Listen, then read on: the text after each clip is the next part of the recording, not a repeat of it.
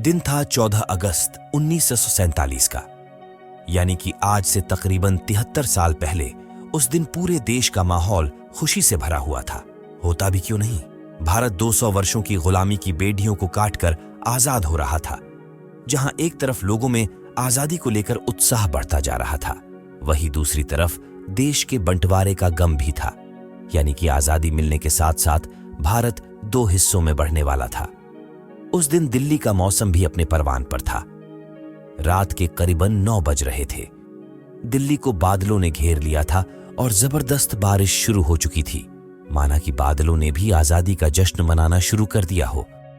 अलग अलग जगहों से आकर बड़ी तादाद में लोग रायसीना हिल्स पर इकट्ठे हो रहे थे। आजादी के दीवानों को बारिश से भला क्या फर्क पड़ता। कुछ ही देर में वहां लाखों की तादाद में लोग इकट्ठे हो चुके थे। चारों तरफ भारत मां के जयकारों की गूंज सुनाई दे रही थी। रात को ठीक 10 बजे जवाहरलाल नेहरू, सरदार पटेल, राजेंद्र प्रसाद और माउंटबेटन वॉइस राय हाउस पहुंचते हैं। अब बस भारत को आजाद होने में कुछ ही समय रह गया था। अधिकांश लोग आजादी को लेकर बड़े ही उत्साहित नजर आ रहे थे, लेकिन कुछ लोग मायूस भी थे। उनके मन में देश से निकाल देने का डर था। रात के 11:51 हो चुके थे। पंडित जवाहरलाल नेहरू अपना भाषण शुरू करते हैं, जिसको एड्रेस विद डेस्टिनी के नाम से जाना जाता है। उन्होंने कहा, हमने नियति को मिलने का वादा किया था। आज वह वादा पूरा हुआ। जब सारी दुनिया सो रही है, तब भारत जाग रहा है। कुछ ही देर बाद वह घड़ी आ ही गई, जिसका लोगों को बेसब्री से इंतजार था। जैसे ही घड़ी में 12 बजते हैं, शंखनाद के साथ आजादी की घोषणा कर दी जाती है। पहली बार अंग्रेजी झंडे को उतारकर भारतीय तिरंगा लहराया गया। लोग इस नजारे को देखने के लिए उमड़ पड़े। कहा जाता है कि उस समय 5 लाख से अधिक लोग वहां इकट्ठे हो गए थे। चारों ओर महात्मा गांधी तथा भारत मां के नारे लग रहे थे। लोगों की खुशी का ठिकाना ना रहा। सभी एक दूसरे को बधाई दे रहे थे। दिन था 15 अगस्त 1947 का। सूरज की पहली किरण के साथ आजाद भारत की सुनहरी सुबह हो गई थी। लोगों ने आज पहली बार आजादी की सांस ली थी। इस आजादी को पाने के लिए हजारों देशभक्तों ने अपने प्राणों का बलिदान दे दिया था। दोस्तों, जब सभी लोग दिल्ली में आजादी का जश्न मना रहे थे, उस समय गांधी जी कोलकाता के नोवाखली में अनशन पर बैठे थे।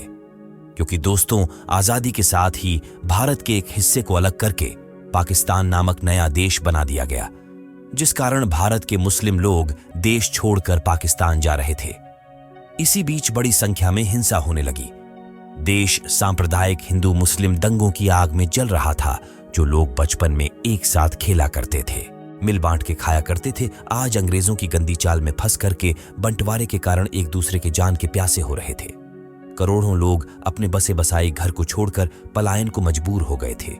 जो लोग कुछ दिनों पहले एक साथ मिलकर अंग्रेजों से लड़ रहे थे, आज वे बंटवारे की लकीर के कारण एक दूसरे के खूनी दुश्मन बन चुके थे।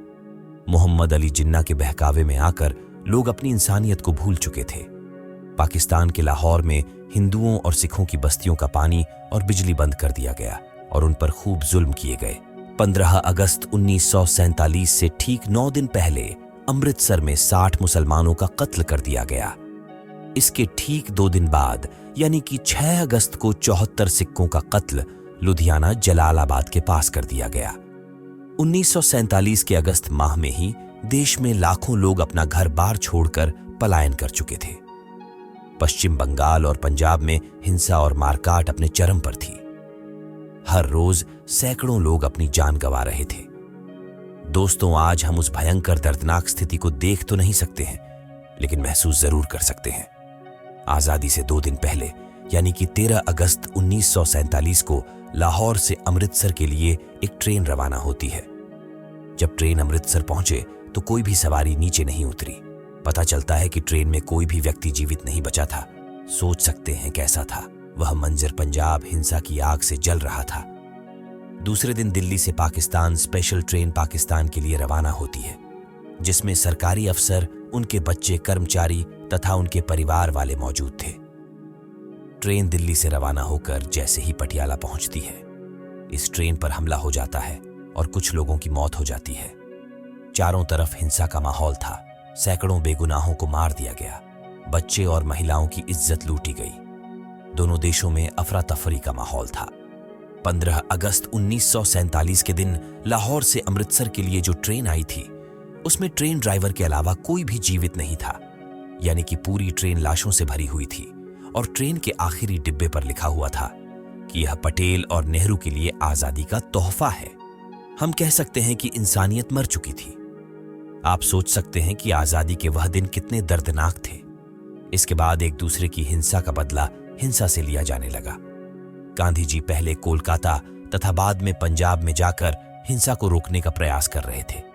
उन्हें काफी सफलता भी मिली, लेकिन इस बंटवारे के कारण ना चाहते हुए भी करोड़ों लोगों को अपना घर बार छोड़कर भारत आना पड़ा तथा भारत से भी कई लोग पाकिस्तान चले गए थे।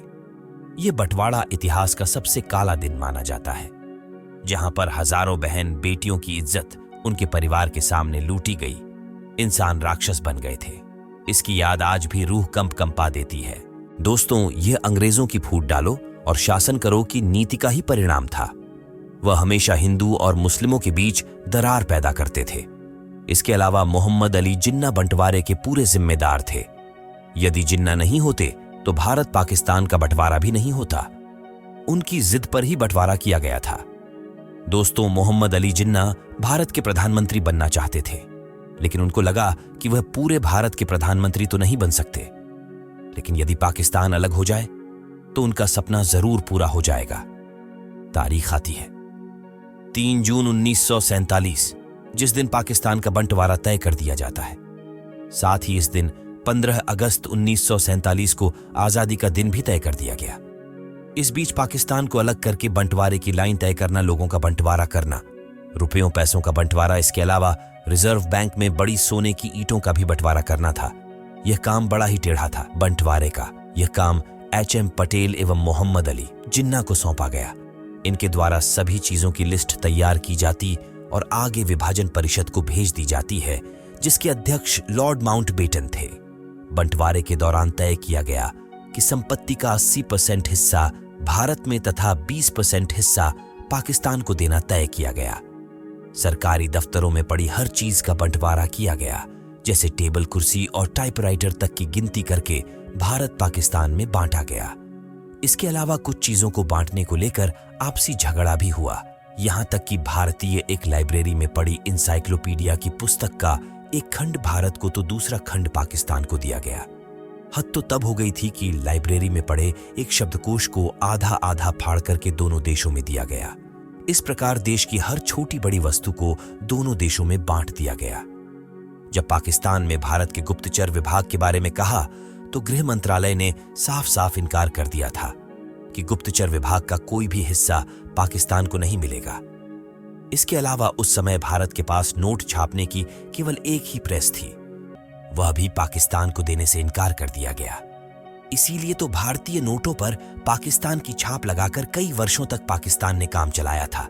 इसके अलावा सबसे बड़ा बंटवारा भारतीय सेना का था, जिसमें 2/3 सेना भारत के पास तथा 1/3 सेना पाकिस्तान को देनी थी, जिसको भी बांट लिया गया। इसके तहत रुपयों का भी बंटवारा किया गया, जिसमें 75 करोड़ RS पाकिस्तान को देने तय किए गए। इस प्रकार दोस्तों, बंटवारे की कहानी बहुत ही दर्द भरी थी। इस बंटवारे के जाल में लाखों बेकसूर लोग फंसकर जान गंवा चुके थे। तो दोस्तों, आप और हम कितने खुशकिस्मत हैं कि हमारा जन्म ऐसे समय में हुआ कि जब सब कुछ व्यवस्थित है। तो दोस्तों, कैसी लगी भारत की आजादी के साथ बंटवारे की कहानी? कमेंट बॉक्स में जरूर बताइए। ऐसे ही इंटरेस्टिंग वीडियो देखने के लिए सब्सक्राइब कीजिए।